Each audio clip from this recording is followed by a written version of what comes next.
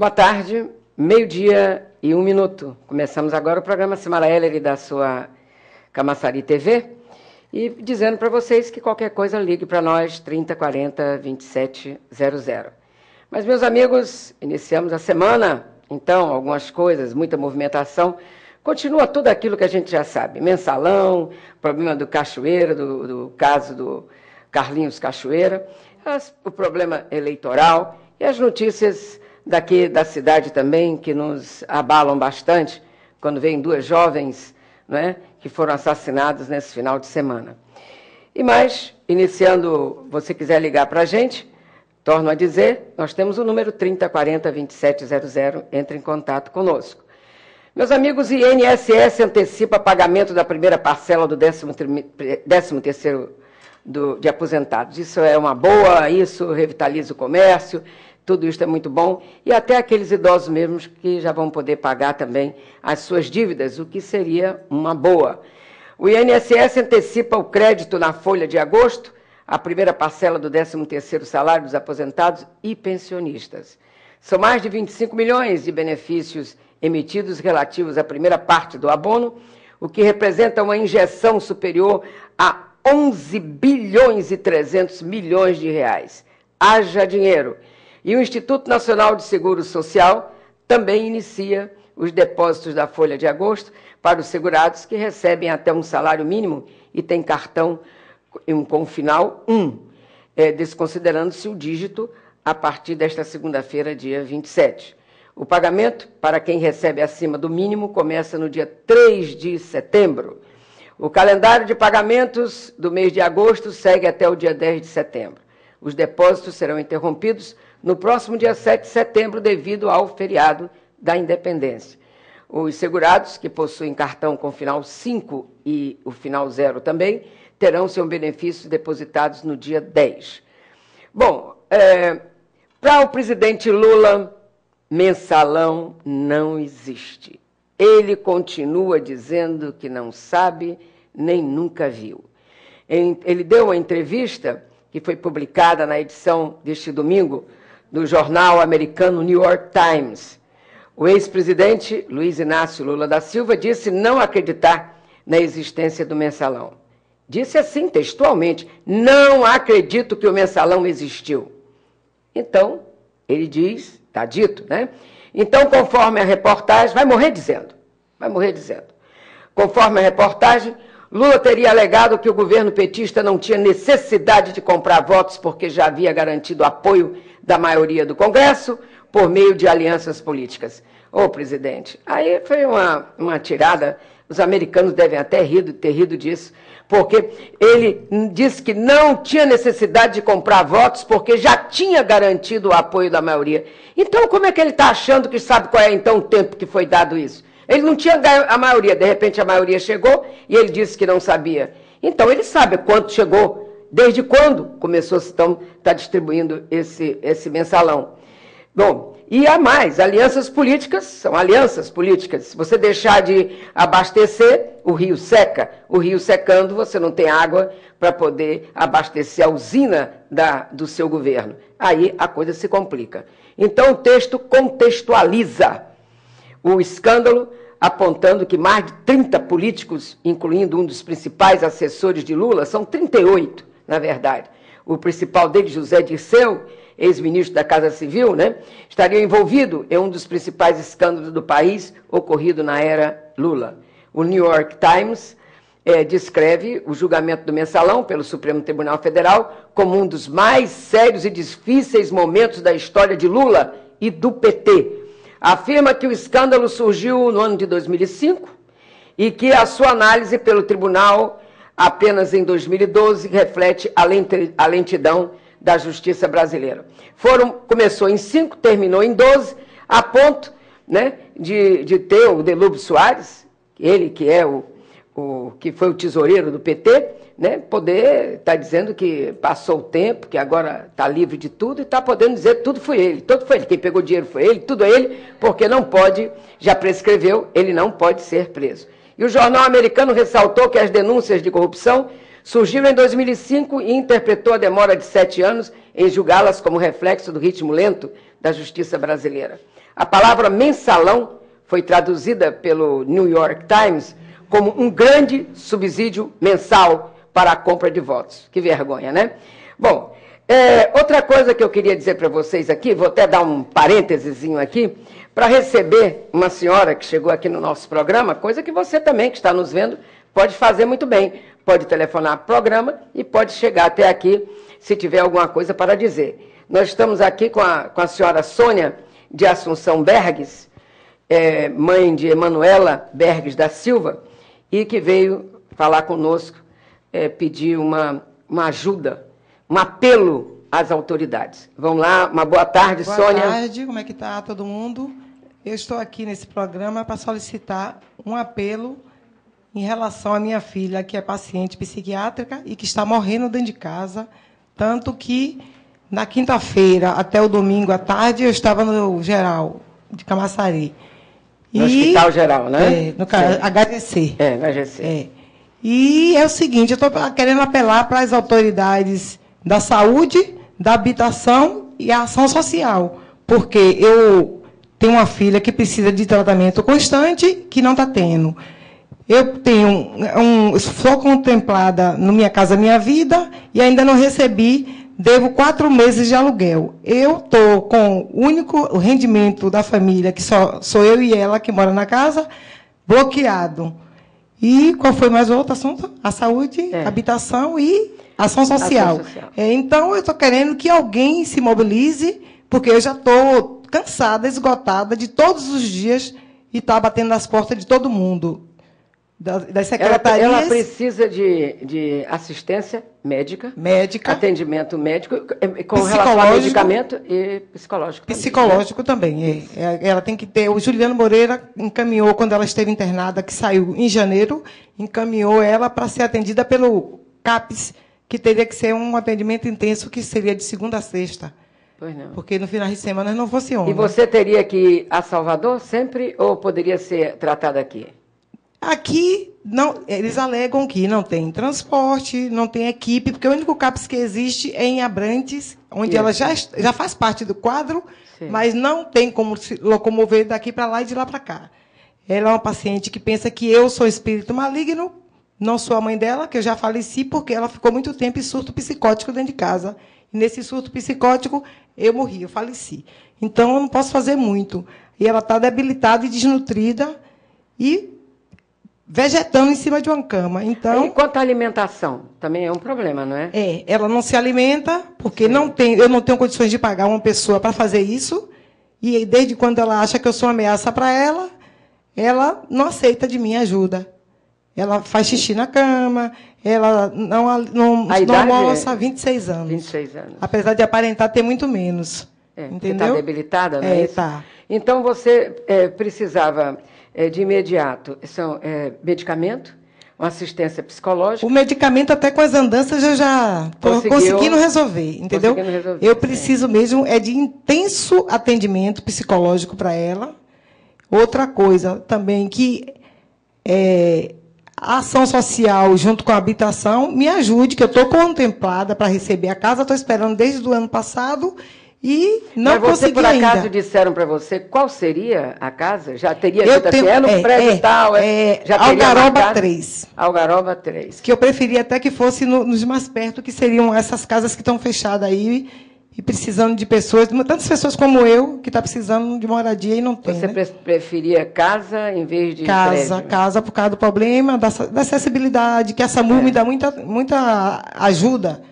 Em relação à minha filha. Tanto que eu tenho relatórios da SAMU, da Defesa Civil, todos os relatórios necessários, eu posso provar tudo que eu estou falando. Você já foi recebida pela esposa do prefeito, pela Luísa Maia? Não. Eu conheço a esposa do prefeito, que eu conheci, não me lembro em que ocasião, na Cidade do Saber. Cidade do Saber. Mas como uma pessoa que você pudesse ter um acesso a ela, é difícil. Não tive. Ainda então, não tive isso que eu digo. Às vezes a primeira-dama precisava estar olhando essas coisas, né? Pergunto, com relação ao prefeito, você consegue chegar até ele? Nunca vi. Secretário de Saúde?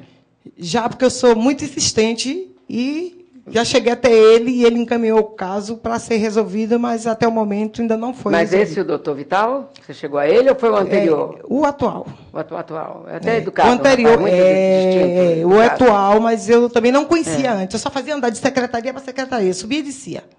Ainda faço isso todos os dias. Você falou também na parte social da prefeitura. O que dizem para você? A parte social, para bem da verdade, eu tenho... Seria a SEDES, né? É a SEDES. Eu estou esperando ajuda, que até hoje ainda não chegou essa ajuda. A da habitação, eu também já tive, no ano passado, com o secretário, o anterior, e já estive com esse, mas ainda não consegui nada. E eu quero dizer de antemão que isso aqui não tem vínculo político e sim vínculo familiar e social. É um apelo de uma mãe desesperada que não tem mais para quem recorrer, não tem um vínculo político nenhum. Então, veja bem, o secretário da Saúde, o que o Vital teria dito para você? Ele me encaminhou para uma senhora para resolver a questão. E a senhora... Ela até é uma pessoa agradável, simpática, muito prestimosa, mas ela tem outros assuntos para resolver e até hoje ainda não conseguiu resolver o meu assunto. As coisas dão um nó. E eu fico só correndo para lá e para cá, para lá e para cá. Só a Nossa Senhora desatadora de nós para poder resolver o assunto. Entendeu? E nego já até acho que não gosta, porque quando eu chego, porque eu sou problemática. Sim, mas eles estão na função exatamente para resolver problemas, né? Porque quer ser um secretário, assessor de secretário, tem a sua secretaria ali. São os problemas que vão chegando e a pessoa tem que ter capacidade de resolver, de agilizar. Porque o seu caso é um caso urgente. Né? Mais do que urgente, porque minha filha está morrendo. Exatamente, é um caso urgente e que requer também um atendimento imediato. Né? É um problema sério em que você já está correndo pedindo a proteção. Nós vamos acompanhar o caso, está aqui a jovem, a nossa Emanuele Berges da Silva, 26 anos de idade. Né? Está bem debilitada. E a mãe também aí, correndo para um lado e para o outro, quer dizer, perde um tempo imenso também. Me desgasto, estou muito estressada, nervosa. Quando eu chego nos lugares, as pessoas... Sabe? Eu só resolvo alguma coisa porque é por causa do meu estresse. Olha, não sei se vai adiantar alguma coisa, mas eu me lembro que eu conheci pessoalmente a irmã Dulce. Também conheci. Pessoalmente, ótima. A irmã Dulce me queria um bem muito grande, queria um bem muito grande meu marido.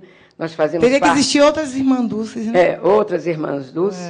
E eu me lembro muito bem e que, em certa ocasião, ela foi chegando num determinado lugar, quando ela chegou ali e disse, poxa, lá vem irmã Dulce fazer pedidos. Pelos pobres. Mas é isso mesmo. Se ela não fizesse isso, tanta coisa não teria resolvido. Então, infelizmente, agora, quando as pessoas queriam sair fotografadas no jornal, aí via que estava alguém ali, abria os olhos, irmã Dulce, o que deseja.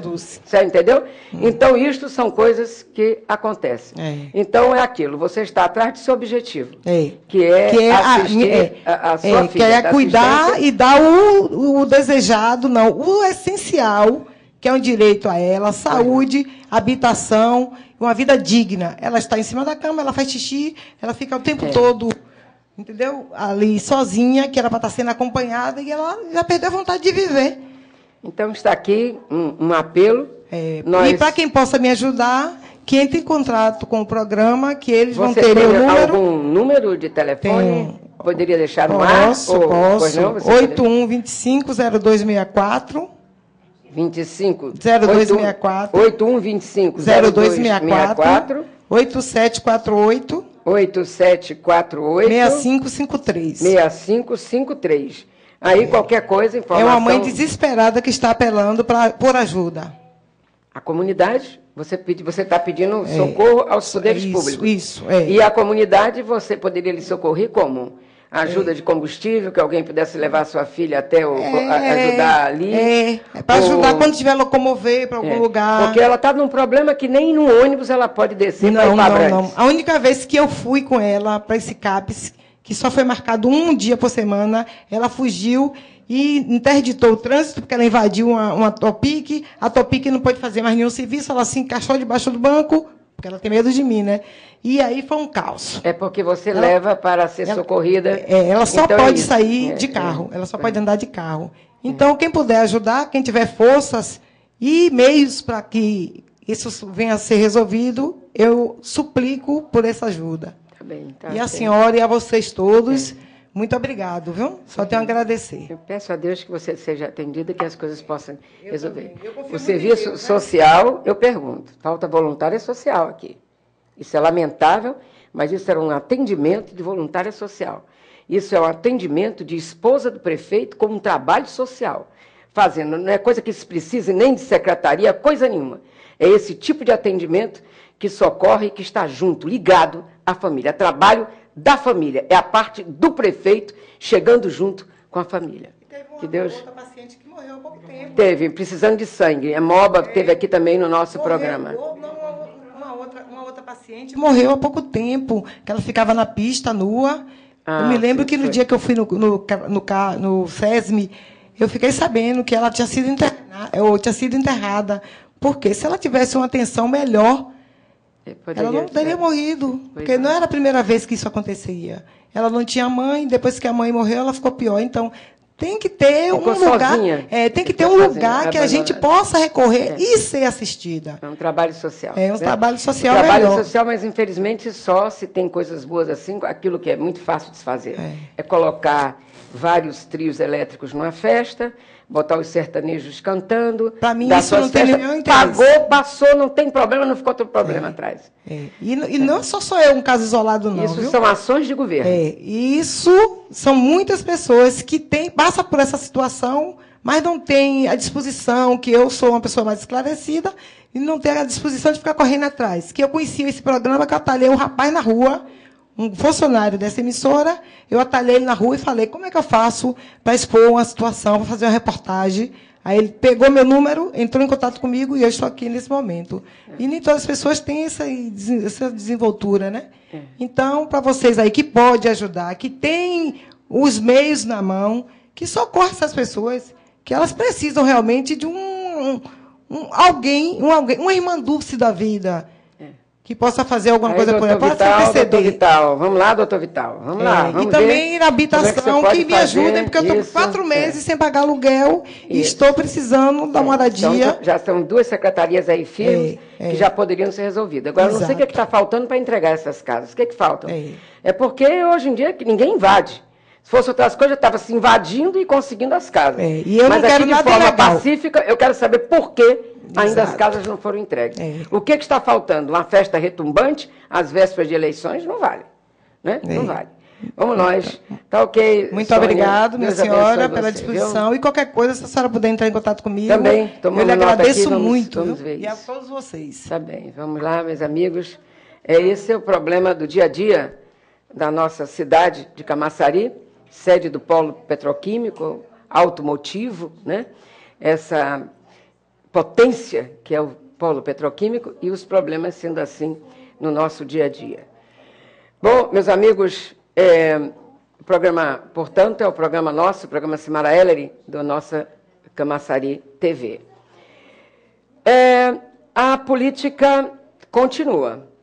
São Paulo pegando fogo, presidente Lula não consegue alavancar o candidato dele, o PT nervoso, porque está tendo problemas e mais problemas aqui no Nordeste.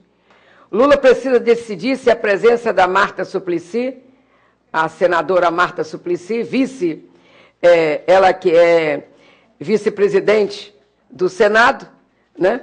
Se ela pode entrar, por exemplo, na campanha. Lula precisa decidir isso na disputa com Marta Suplicy, na disputa eleitoral de São Paulo, se é ou não indispensável a presença dela. A senadora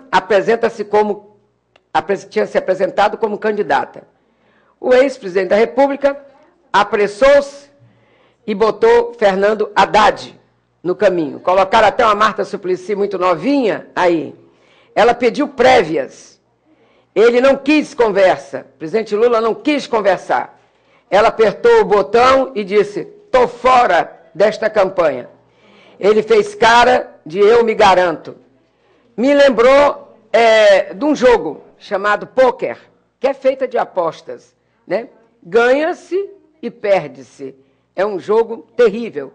Vitorioso na rodada em que ficou cacifou Dilma, o Lula jogou pesado por Haddad. O problema é que seu pupilo chegou à fase da propaganda de TV com irrisórios 8%. Ou inverte-se rapidamente essa curva, ou o presidente Lula arrisca-se a deixar, então, nesse jogo, ser tudo que tem nessa mesa. Então, o risco acendeu em Lula uma fagulha de humildade. E ele hoje almoça com a Marta Suplicy para verificar o que pode fazer. Mas já se sabe que a Marta Suplicy vai concordar em gravar mensagem de apoio ao candidato do PT à Prefeitura de São Paulo. E sabe-se também, e acredita-se, que ela talvez peça para ele algo em troca. Como, por exemplo, vai ter agora no começo do ano que vem, eleição para verificar quem é que vai ser o novo presidente do Senado. Quem é presidente do Senado é presidente do Congresso. E ela pode trocar este apoio pelo apoio do PT como um todo para ela, né? Para poder ser presidente do Senado. É uma coisa que a gente fica pensando, como é que Marta Suplicy, ela conseguiu ser uma pessoa, uma petista. Até porque ela tem sangue nobre, de uma baronesa. Se aqui tivesse, tivesse reinado, né? Ela seria uma baronesa. Ela chegou a ser prefeita de São Paulo, deputada federal, senadora pelo PT. Imagine uma mulher rica, vaidosíssima, snob, cheia de riquifíquis, que mantém a sua mesa, na mesa dela, a distância dos serviçais, ser uma petista, mas é uma petista. E está aí, portanto, o que nós estamos vendo. Então, todo mundo sabe, e é como se diz, só sei que servidores públicos federais já não votam mais no PT. E nem Lula vai reverter isso em São Paulo. E nem em canto nenhum. Por isso que está caindo aqui no Nordeste. Uma vez que foram 115 dias de greve dos professores. E mais, professores aonde o mais prejudicado foi aquele da classe mais sofrida, classe C, classe D, esses que sofreram bastante. Então, como é que vai ser? E boa parte da população que paga aluguel, né, usa um péssimo transporte coletivo, sofrem diariamente com a perda do seu poder aquisitivo, que se é que pagar conta de luz, telefone, aluguel e transporte pode ser considerado ter algum poder aquisitivo. Nada, é um negócio muito, muito complicado isso, mas está por aí. Bom, hoje nós temos, meus amigos, falando um pouquinho do mensalão, tem uma frase aqui que eu achei muito interessante. Essa frase gosta muito de ser dita pelo presidente do Supremo Tribunal Federal, que é o Carlos Aires Brito, quando ele diz que é no tranco da carroça que as abóboras se ajeitam. Eu acho essa frase o máximo. É no tranco da carroça, que as abóboras se ajeitam. Tem alguém na linha? Pois não? Alô? Alô? Alô? Alô, boa tarde. Boa tarde. Aqui é da Globacê. Eu não quero me identificar, não. O Nova Aliança está um mês precisando de urologista.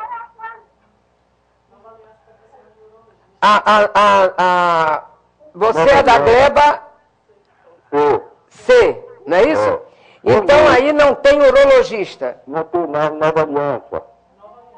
Nova Aliança. Só deixa eu insinuar. Na Nova Aliança. Então, Nova Aliança... Urologista. Urologista. Isso. Está quanto tempo sem urologista aí? Alô? Caiu a ligação? É uma pena, mas aí, ó. Os homens todinhos estão preocupados.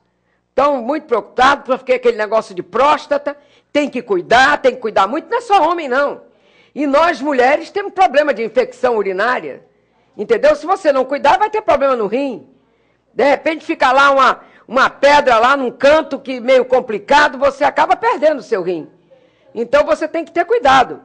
Hoje em dia tem aquela facilidade daquela quebra-pedra e tal, tudo bem. Mas a infecção urinária, tem o problema de próstata, e nós então ficamos todos nós necessitando de urologista. Eu tenho pena porque a ligação caiu e eu não pude começar mais, mas o senhor, se quiser voltar a ligação, esteja à vontade. E é como eu digo, é no tranco da carroça que as abóboras se ajeitam.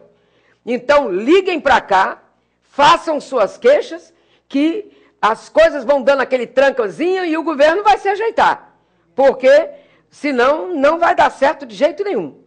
E eu acho interessante que o Aires Brito, que é o presidente do Supremo, está pronto para aplicar o lema ao impasse posto na última sessão do exame do processo do mensalão, quando o ministro relator, que é o Joaquim Barbosa, ele anunciou que hoje vai contraditar o voto do revisor no episódio da contratação de serviços de publicidade na Câmara dos Deputados na gestão de João Paulo Cunha, e que é o Lewandowski.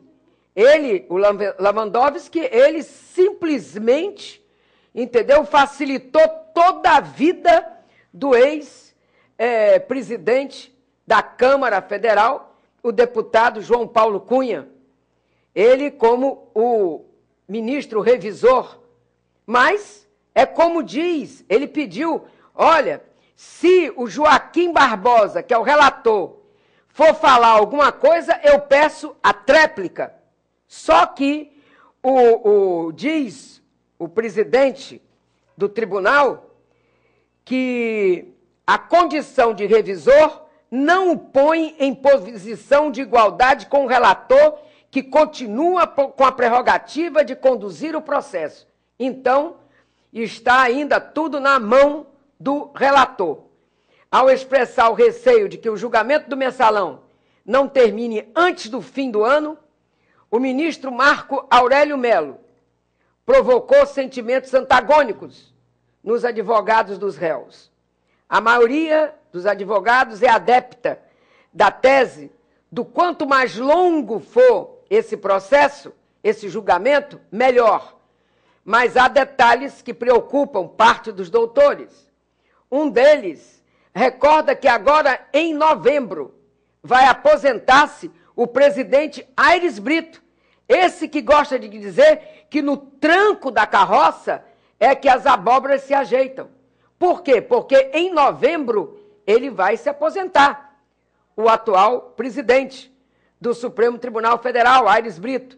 E Joaquim Barbosa, hoje, o que é o relator, hoje ele é o vice-presidente e passará a acumular, que é esse que está aí na tela. Ele é que é o vice-presidente.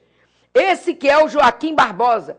Esse que já está acusando todos, no julgamento que ele fez, todos, desde do Marcos Valério, o banqueiro, o empresário, quanto aos sócios dele no banco, os diretores do banco, e também colocou esse que eu falei agora, que é o João Paulo Cunha, também acusou a todos. E aí vem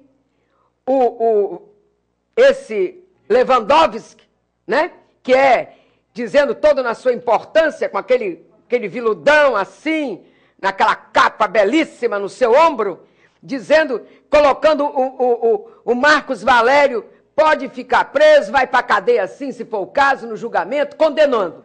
Condenou tudo, foi condenando 1, 2, 3, mas quando chegou no João Paulo Cunha, ele simplesmente disse que o rapaz não tinha culpa de nada.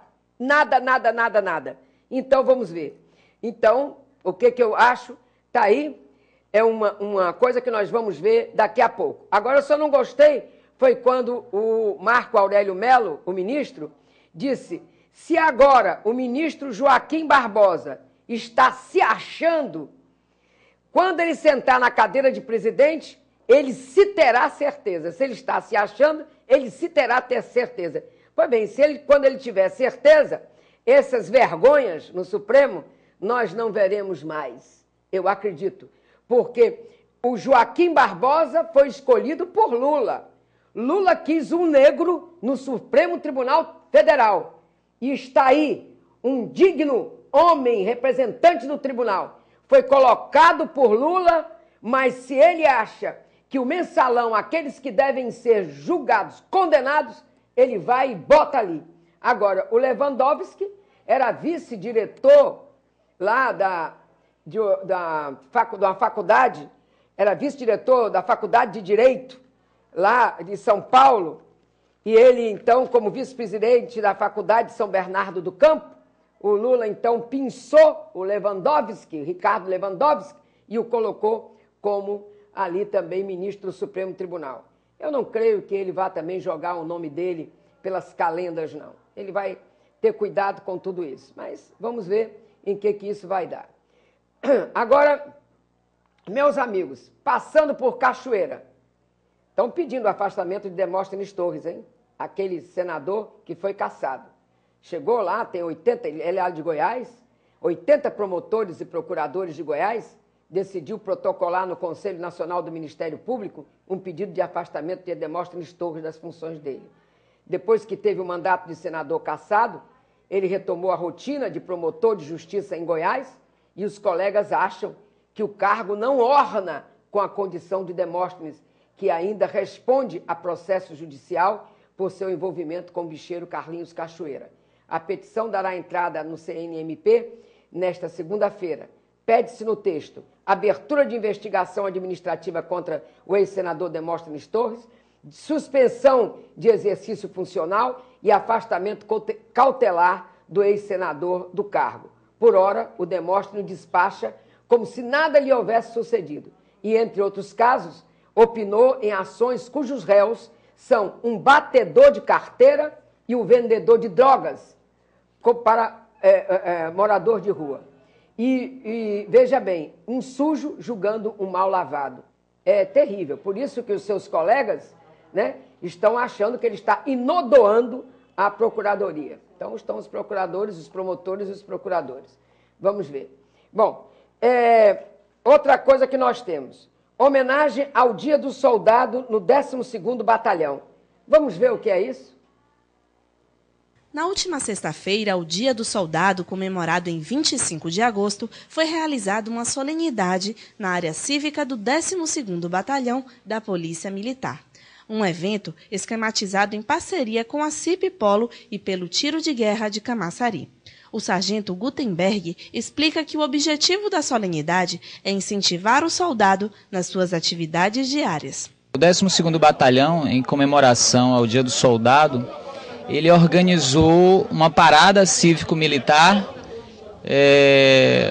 como sempre acontece, todo final de mês, na última sexta-feira, e dessa feita com o ingrediente especial de se tratar do Dia do Soldado. Então, uma parada cívico-militar especial em homenagem ao Duque de Caxias, o nosso patrono, e em homenagem ao Dia do Soldado, que se comemora amanhã, dia 25, né? Então, esse evento é um evento que também atrai a comunidade, é um evento feito para a tropa, mas que também tem um lado social. A gente desenvolveu aqui hoje um atendimento odontológico com crianças da comunidade, com filhos de policiais. As crianças tiveram palestras, foram ministradas 7 palestras que discutem a higiene bucal, cuidados com a alimentação que a criança tem que ter. E também temos para o adulto, o policial militar e seus familiares, alguns serviços médicos, como a aferição, a glicemia, a pressão, e ao final os policiais foram vacinados contra tétano e febre amarela. Tivemos a presença como convidados do Exército Brasileiro, uma fração de tropa do Tiro de Guerra daqui de Camaçari, e também foram nossos convidados os policiais da CIP Polo, a companhia especializada do Polo Petroquímico aqui em Camaçari. Textos referentes à data foram lidos e alguns policiais que seguiram para a reserva, ou seja, aposentados da Polícia Militar, foram homenageados. Parabéns, soldados do 12º Batalhão, pelo nosso dia. Olha, para nós, soldados, é por demais importante reviver, revitalizar cada dia a importância do soldado brasileiro e principalmente soldado da Força de Paz na segurança pública. Por isso hoje nós, com o dia de antecedência, resolvemos trazer todos os soldados aqui para dar a ele uma palavra de incentivo, porque o policial não pode viver sem incentivo, não pode viver eternamente sem a lembrança do compromisso e do comprometimento a ser desenvolvido em causa da segurança pública. Por isso nós resolvemos homenagear o soldado hoje nesse dia, também estendendo aos familiares, alguns serviços para que eles também possam desfrutar da vida de soldado, porque ser soldado não é só vestir farda. A importância do soldado é muito grande, vai da família, à sociedade, à escola, aos anseios sociais, e principalmente a convivência pacífica com a comunidade. Durante a comemoração, foi desenvolvida pelo comando do 12º Batalhão e pelo Departamento de Saúde da Polícia Militar uma ação social, voltada especialmente para policiais e seus familiares, que assistiram a palestras sobre higiene e saúde bucal. Na ação social, os policiais e convidados também puderam aferir a pressão e o índice de massa corpórea, o IMC, além de fazerem teste de glicemia e receberem vacina contra tétano e febre amarela. O soldado Tiago Gomes conta o que achou da homenagem. É uma solenidade importante, alusiva ao Dia do Soldado, mas que nós, no nosso dia a dia, somos soldados todos os dias. E todos os dias devemos nos sentir homenageados ao prestarmos o nosso serviço de forma correta para a comunidade. É muito importante porque é um reconhecimento ao profissional de segurança, pelo seu dia, mas é uma coisa que para nós é normal. No nosso dia a dia nós fazemos isso todo dia. Lindo isso, somos soldados todos os dias.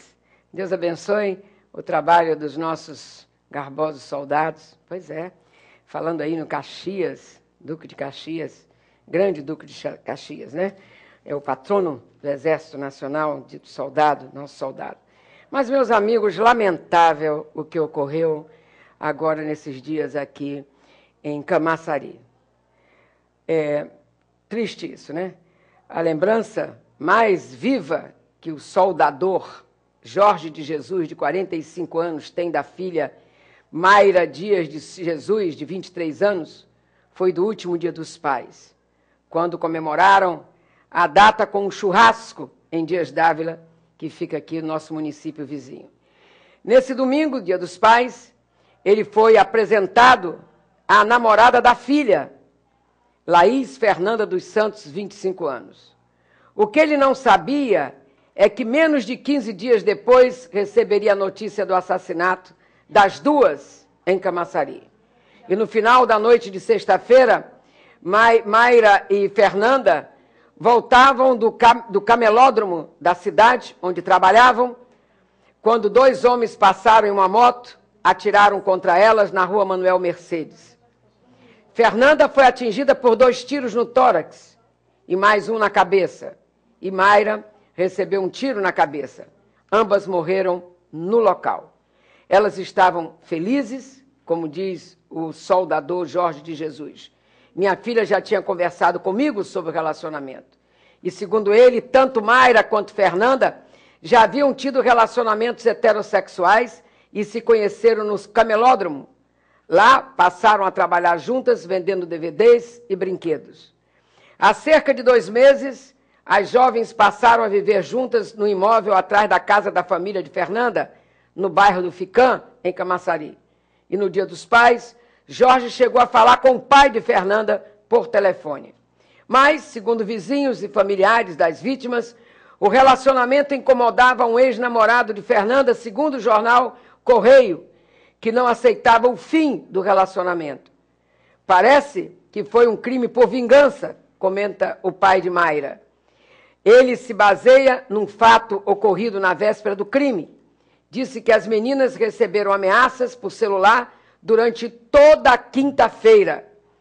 O celular está em poder da polícia e vai passar por perícia. O ex-namorado de Fernanda, Luciano Franco Pereira, de 24 anos, afirma que não houve briga ao fim do relacionamento. Ele disse que terminaram porque não estava dando certo. Ele não gostava muito das amigas que ela tinha em Dias d'Ávila e de uns tempos para cá, ela toda hora ia para Dias d'Ávila, diz o jovem que era namorado dela. que esteve na cerimônia do enterro do corpo de Fernanda em Camaçari. De acordo com a delegada titular de homicídios da região metropolitana, Maria Tereza Santos Silva, foram traçadas 2 linhas de investigação para o assassinato. Sem revelar quais são estas linhas, a delegada disse que não acredita que o crime tenha sido motivado por homofobia. Aliás, hemofobia devia ser homofobia, devia ser medo de homem, seria isso? Homofobia, fobia, né? Que é o terminado fobia. Então, tem uma colocação meio errada nessa colocação da palavra, porque, na realidade, isto é uma coisa bestial. Pode você não concordar isso, não gostar do seu filho ou de um filho teu, ter um relacionamento com relação a isso. Mas, quanto a se cometer um crime, é uma distância muito grande. Ele disse que não pode revelar os caminhos da investigação para não atrapalhar na ação policial. E alguns familiares e pessoas próximas às vítimas já prestaram depoimento ontem na delegacia de Camaçari para auxiliar as investigações. Se a delegada optou por não divulgar quais as hipóteses para o duplo assassinato, o presidente do Grupo Gay da Bahia, GGB, Marcelo Cerqueira, não tem dúvida em afirmar que este foi mais um caso de homofobia bárbara. O cara que fez isso é um monstro. É muito chocante e brutal matar 2 meninas tão novas. E é lamentável, sem dúvida, um monstro desse ainda torturou muito elas antes de fazer isso. E o depoimento de parentes e amigos deixa transparecer que as 2 jovens eram queridas por quem as conhecia. Todo mundo gostava delas em Camaçari e em Dias d'Ávila, e de domingo a domingo estavam trabalhando lá no camelódromo. Elas não gostavam muito de farra, de festas. Então, é lamentável este acontecimento, isso que aconteceu. No enterro, os amigos, familiares, estavam com camisas que estampavam o rosto das 2 jovens assassinadas. Os amigos alugaram ônibus para o enterro.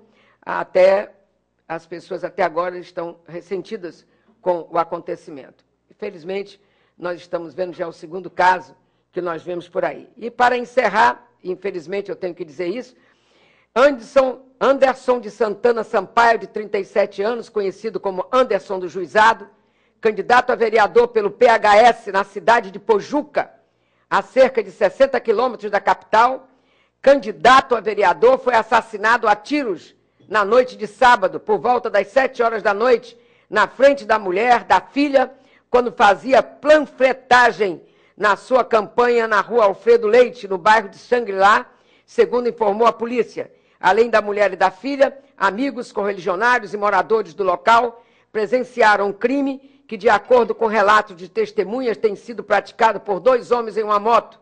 Foi assim que estão matando todo mundo, é assim. As 2 jovens foram mortas como? 2 homens numa moto. E quando se mata, 2 homens numa moto. E lá vai. Um deles teria descido da moto, se aproximado do candidato a vereador Anderson, lá de Pojuca, disparando pelo menos 8 tiros contra a vítima, atingida no peito, nas costas, no rosto, nas pernas.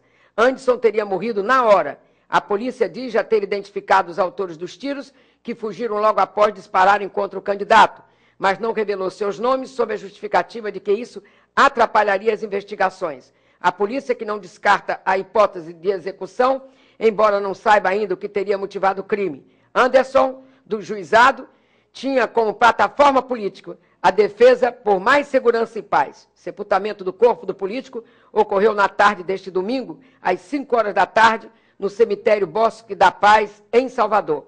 Segundo o site Voz da Bahia, Sampaio era ex-comandante da Guarda Municipal da cidade de Pojuca e fazia parte dos candidatos da coligação em prol da nossa terra. É lamentável que tenha ocorrido isso. Deus queira que seja tudo elucidado. Nós vamos dar uma parada agora e nós voltamos, então, com a entrevista com Edson Barreto, professor e diretor do curso Exatas. Voltamos já já.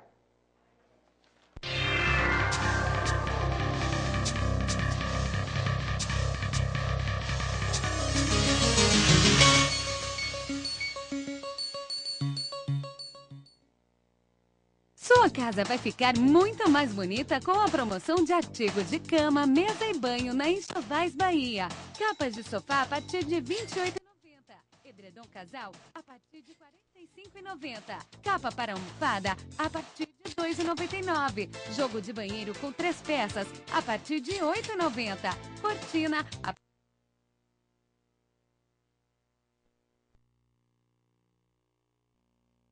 peças a partir de R$ 17,99. Colcha bordada a partir de R$ 17,99. Toalha de banho infantil a partir de R$ 14,90. Artigos de cama, mesa e banho em até 6 vezes sem juros. Aceitamos Visa e Master. Avenida Radial A, 55, Centro, Camaçari. Telefone 71 3622 1885. Enxovais Bahia. Impossível não comprar.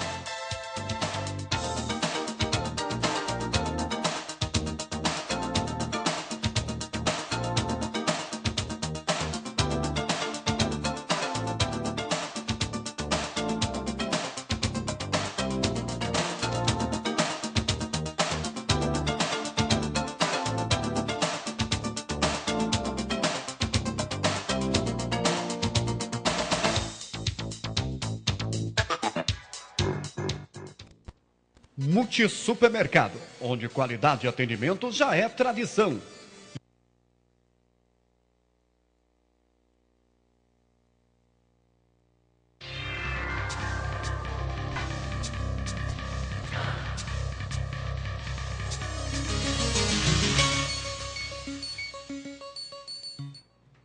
Boa tarde, Camaçari, estamos de volta. E como prometido na segunda-feira passada, estamos aqui hoje com mais um professor. Hoje com Edson Barreto, que é professor de Física, Química e também está à frente, Matemática, né, professor? E está à frente do cursinho Exatas aqui na cidade de Camaçari. Tudo bom, professor? Eu estou contente de ter trazido aqui você pelo seguinte: matemática é o calo da maioria dos estudantes. A área de exatas é realmente tido como uma bruxa, como diria na gíria dos adolescentes hoje em dia. Como é que o senhor vê a relação do estudante com a sua matéria? Bom, na verdade, no cursinho, a matéria que a gente tem mais problemas, geralmente, é matemática e física, né? Porque a base deles na escola normalmente é muito fraca. Além da base ser muito fraca, eles chegam no cursinho com um bloqueio, né? Acho que durante a vida inteira de escola, né? Eles vão ter dificuldades constantes e eu acho que os professores também da escola também, eles não se preocupam em tirar esse bloqueio dos alunos e mostrar que a matéria realmente ela não é tão simples, né? Mas ela pode ser passada de uma forma que não fique tão complicada. Tem muitas coisas de matemática, de física, do nosso dia a dia que a gente pode aproveitar, né, para mostrar para os alunos que aquela matéria não é uma coisa tão estranha assim, que está presente no nosso dia a dia. E às vezes acho que falta muito isso aos professores das escolas. Isso. Olha só, como é que está o alunado da cidade de Camaçari? Você vê o aluno de Camaçari, um aluno dedicado, um aluno esforçado. Como é que você acha que está, assim, o grupo de alunos para adentrar uma universidade federal, por exemplo, no seu ponto de vista? Bom, na verdade, os alunos aqui de Camaçari, como eu estava dizendo, né, a gente falou da questão de matemática e física, né, que eles chegam com base muito fraca nessas matérias. Mas, na verdade, eles têm uma deficiência muito grande em todas as matérias. Não é só matemática e física. Os alunos que vêm das escolas particulares, normalmente eles são um pouco melhores, né? Mas os que vêm da escola pública, que o nosso maior público são os alunos da escola pública. Os que vêm da escola pública, eles chegam com deficiência muito grande em todas as matérias. Então, é justamente por isso que no começo do cursinho, a gente tem um trabalho muito grande para poder corrigir essa deficiência. Os primeiros 2, 3 meses, normalmente, a gente tem uma preocupação muito séria com isso. Certo. Né? Agora, olha só, o cursinho é um fenômeno que, para muitos não devem saber dessa informação, mas um fenômeno que se iniciou na década de 50. E hoje é um sucesso, né? Veio crescendo na medida em que o número de vagas ficou pequeno em relação à demanda da sociedade. Qual é a função de um cursinho pré-vestibular, professor? Na verdade, assim, a função do cursinho, a função real do cursinho seria fazer uma revisão, né, de tudo que o aluno viu na sua vida de escola, primeiro grau e segundo grau, né? Só que, na verdade, a gente percebe que, além o que a gente faz não é só fazer a revisão, porque a gente revisa aquilo que as pessoas já viram na escola, ou aquilo que eles sabem, né? O que a gente tem feito aqui em Camaçari, no cursinho em Camaçari, é, na verdade, ensinar vários conteúdos que eles não chegaram a ver nas escolas. Então, quer dizer, a função real seria revisar. Mas a gente costuma fazer, a gente não costuma revisar, a gente costuma ensinar eles os assuntos, porque a maioria dos assuntos eles não chegam a ver nas escolas. Isso. Engraçado, ontem no canal fechado eu estava vendo falando sobre educação no nosso país e algumas pessoas questionando esse acompanhamento e essa exigência que não se tem na grade curricular do estudante. Quer dizer, me parece que um secretário de educação da França chegou a ponto de dizer assim, se você me perguntar agora, nesse momento, eu sei o que é que está se dando, o assunto que está dando em cada sala de aula do meu país. Quer dizer, hoje a gente não tem isso, essa forma de amarrar o ensino. Você tem parâmetros, mas você não tem o assunto exigido e cobrado de que o professor deu aquele assunto até tal tópico, entendeu? Isso é uma brecha que quando chega ao cursinho, você vê que tem assuntos que sequer eles viram, né? E que está na pauta do vestibular. Agora, esse ano teve o fenômeno da greve, que foram muitos dias de greve, e os cursinhos ficaram lotados, né? E isso, ao seu ver, como é que você avalia isso? Porque no meio do ano costuma ter o contrário, costuma iniciar uma evasão, né? E no seu caso foi o contrário, os cursinhos, as salas cheias. Na verdade, assim, para a gente que é dono de cursinho, isso é bom. Agora, para a sociedade, para os alunos, para os pais dos alunos, isso foi muito, muito ruim, né? Porque a função da escola deveria preparar, né? O aluno, não só para a vida, mas também para o vestibular. A gente não pode fugir disso, né? Para o vestibular. Normalmente, mesmo as escolas sem greve, elas já não estão preparando direito. Com greve ficou muito pior. Porque eles vieram esse ano praticamente, eles só vieram ter aula agora, recente, que é 15 dias atrás. Então, o que é que vai acontecer? Eles vão chegar agora, os professores vão na escola, eles vão fingir que vão ensinar, os alunos vão fingir que vão aprender, porque por mais bem intencionado que o professor seja, por melhor que ele queira fazer o trabalho dele, o tempo é muito pouco, é muito curto. Muito curto, porque inclusive o material e a grade, né, o que exige as universidades, são matérias muito amplas, né? E para entrar em pé de igualdade com quem vem aí, é impossível. É muito difícil. Por sinal, as faculdades, a UNEB, a UFBA, tiveram até que adiar as datas das provas. Isso. Agora, quais são os principais problemas que você verifica no cursinho? Quer dizer, para um cursinho, para um professor e para um dono de cursinho, quais seriam os principais problemas que você acha que você tem para conduzir o seu negócio? O principal problema é a evasão. Porque o curso pré-vestibular, ele não é como escola, que você tem certeza que você vai ter aquele aluno durante 12 meses. Né? O cursinho, a gente inicia o ano com as turmas cheias, e à medida que o tempo vai passando, vai havendo a desistência. Por vários motivos. Uns é porque não conseguem acompanhar, outros é por preguiça, né, de estudar, outros por motivo de trabalho, outros porque passam em uma faculdade particular no meio do ano, né, e trocam a matrícula. Então, assim, a gente tem que ter esse cuidado, porque se a gente não tiver esse cuidado, a gente começa uma turma com, aqui, por exemplo, a gente costuma começar a turma com 60, 70 alunos, quando chega no meio do ano, essa turma está com 40, 35 alunos, mais ou menos. Então, se a gente não tiver esse cuidado, a gente o lado financeiro, né, pesa bastante. E você até citou agora há pouco também essa heterogeneidade do aluno de cursinho, que é diferente de um aluno de dentro de um colégio. Que é você ver aquele que perdeu o vestibular, mas que já estudou, já sabe um pouquinho mais, aquele que sequer passou no vestibular, ou que sequer já concorreu ao vestibular. Isso também dá uma falta de nivelamento, uma dificuldade para o ensino. Como é que você conduz isso? Tem alunos na sala que já tem uma noção muito boa dos assuntos, né? Que eles estão ali realmente só para revisar, né? Ou são alunos que vieram de escola particular, ou são aqueles que já têm um pouco mais de facilidade, né, para poder entender os conteúdos. Mas também tem uma boa parte dos alunos, eu chego a dizer que até a maioria dos alunos da sala, eles têm uma base muito ruim. São alunos que a gente tem que... Esses alunos é que dão mais trabalho a gente. Que a gente não pode... na sala a gente não pode dar aula para aqueles que sabem, né? Porque é a minoria. A gente tem que dar aula para todos. E às vezes fica aqueles alunos que já sabem um pouco mais, eles ficam se sentindo até um pouco desmotivados, né? Que eles querem avançar e às vezes não dá. Bom, durante o seu curso, você ensina macetes, porque tem cursinhos que tem musiquinhas, tem cursinhos que tem uma série de métodos e técnicas para que o aluno aprenda mais rápido. Você tem macetes? Tem, a gente tem alguns macetes. Isso varia muito de professor para professor, né? De perfil, de professor para professor. Mas o cursinho, normalmente, eles costumam passar os conteúdos de uma forma mais, digamos assim, mais sintetizada, né? De uma forma mais objetiva. Até porque a gente tem poucos meses para trabalhar o conteúdo de um ano inteiro, de uma vida inteira de escola. Então a gente tem que sintetizar e tem que passar de uma forma bem rápida, que eles aprendam fácil. Então vale a pena, né? Porque é uma das grandes diferenças entre o terceiro colegial e o cursinho pré-vestibular é porque o terceiro colegial dá aquela final de grade e o cursinho faz essa simplificação de conteúdo, não é verdade? Agora, existe um roteiro infalível para passar no vestibular? Infalível não, né? Existem algumas coisas que podem ajudar, né? Mas nada é infalível. Por exemplo, a gente sempre orienta os alunos do cursinho a eles estudarem bastante, né?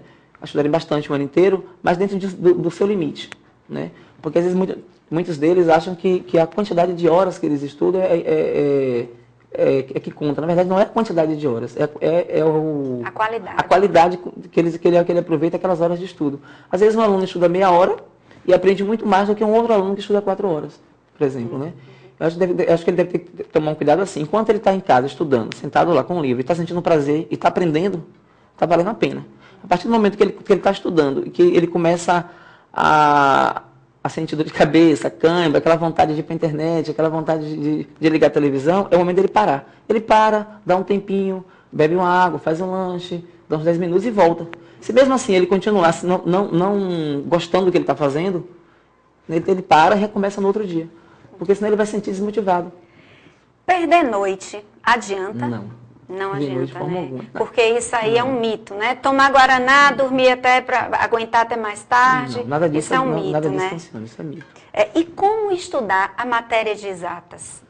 Bom, a matéria de exatas, ela necessita de vários exercícios. Você estuda a matéria de exatas fazendo exercícios. Quanto mais exercícios você fizer, melhor. Às vezes eu costumo falar com eles na sala que, às vezes ele sai da sala de aula com a impressão de que aprendeu o assunto. A gente passa aquele conteúdo bem rápido, né? Aí eles têm a sensação de que aprendeu o conteúdo, mas ele só vai ter a real sensação se aprendeu ou não fazendo os exercícios. Cada questão que ele resolve em casa vai ter uma dúvida nova, é um conceito novo que aparece. Tem gente que costuma dizer o seguinte, que durante o período de vestibular você deve afastar os malas em volta de você. Os malas seriam aqueles que ou são sabidos demais ou não sabem nada. Porque quem não sabe nada lhe atrapalha. E quem sabe demais gera uma ansiedade e uma falta de bem-estar consigo mesmo. Por conta de estar sempre dizendo, eu sei de tudo, eu já fiz a questão, isso aí eu não preciso aprender. Como é que você vê isso no cursinho? É assim, um pouco relativo. Porque assim, acho que a gente deve afastar da gente pessoas que não contribuem para o nosso objetivo, né? Às vezes você tem uma pessoa que sabe muito, mas essa pessoa, se ela está disposta a te ajudar, vale a pena você estar com ela. Porque às vezes ela sabe muito e ela vai te ensinar, ela vai te ajudar. Às vezes também tem aquela outra pessoa que sabe menos que você. Quando a gente ensina, a gente aprende bastante também. Então a gente pode aproveitar aquilo que a gente aprendeu, a gente pode tentar ensinar. A gente reforça mais ainda do que a gente já sabe. Agora, quando você tem uma pessoa que não sabe, que sabe menos que você e não quer aprender, essa pessoa não vale a pena a gente estudar com essa pessoa. Isso. Agora, você poderia dar uma dica para as pessoas que estão assistindo? Como manter a calma na hora da prova? Isso é uma coisa difícil, viu? É, né? É uma coisa complicada. Porque a calma, essa questão de calma é uma coisa meio involuntária, né? A gente fala, fique calmo, faça isso, e muitas vezes não funciona. Você tem algumas coisas que podem funcionar, é você relaxar. Respiração, talvez. Na hora da prova, você tentar não... O vestibular costuma ter de 4 a 5 horas, né? Tem gente que às vezes ele chega da prova, fica sentado na cadeira lá, com a cabeça baixa, fazendo a prova o tempo todo. Ele não levanta a cabeça para nada. Ele não pede para ir no banheiro. Então você levantar a cabeça de vez em quando, né, fazer um alongamento, você pedir para ir no banheiro, mesmo que você não esteja com vontade, mas você vai no banheiro, você lava o rosto, você toma uma água, já te ajuda bastante. E a gente não percebe que a gente está nervoso muitas vezes na prova. Isso. A gente só percebe quando chega em casa, que a gente vê os erros que a gente cometeu, as bobagens que a gente fez, que a gente não imagina como eu fiz isso. É aí que você vai perceber. É isso. Ok, professor, estamos aqui muito contentes com a sua presença, nós estamos finalizando. Se você puder deixar algum recado Para as pessoas que nos estão assistindo. Bom, eu quero, nesse ano que nós tivemos, os alunos que vão fazer vestibular, né? Eu quero desejar boa sorte e dizer que estudar nunca é demais, né? Estudar sempre é bom, estudar sempre vale a pena, né? Eu conheço alunos que passaram por mim há 5, 6 anos atrás, 7 anos atrás, e que hoje encontro na rua, encontro de carro, encontro bem de vida, tudo graças ao estudo, né? Então estudar é uma coisa que hoje no Brasil estudar está valendo a pena, dá retorno. Então eu quero desejar boa sorte e um bom dia, né? Ok. Olha, eu queria lembrar você que está assistindo que o vestibular não é um meio de morte, é um meio de vida, é um meio de prosperar. E o estudo é o que faz a gente dar saltos e mais saltos de cultura, de produtividade, de relacionamento.